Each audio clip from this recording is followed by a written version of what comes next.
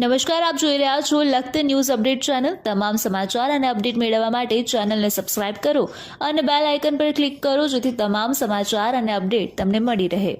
રાજકોટમાં સાંજના સમયે વરસાદી ઝાપટું વરસતા લોકોને ગરમીમાંથી રાહત મળી, ઠંડક થતાં અને ચાલુ વરસાદે લોકો મોટી સંખ્યાની અંદર રાજકોટ સ્મશાનમાં આવેલ મસાણી મેરડીમાના દર્શન કરવા પહોંચ્યા।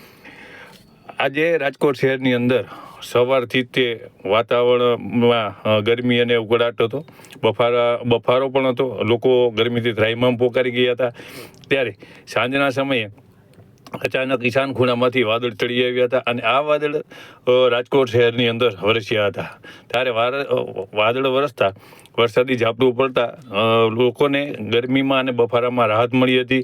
ત્યારે આજે રવિવાર હોય, લોકો મોટી સંખ્યાની અંદર રાજકોટની અંદર આવેલ પ્રખ્યાત મસાણી મેરડીમાના દર્શન કરવા પહોંચ્યા હતા।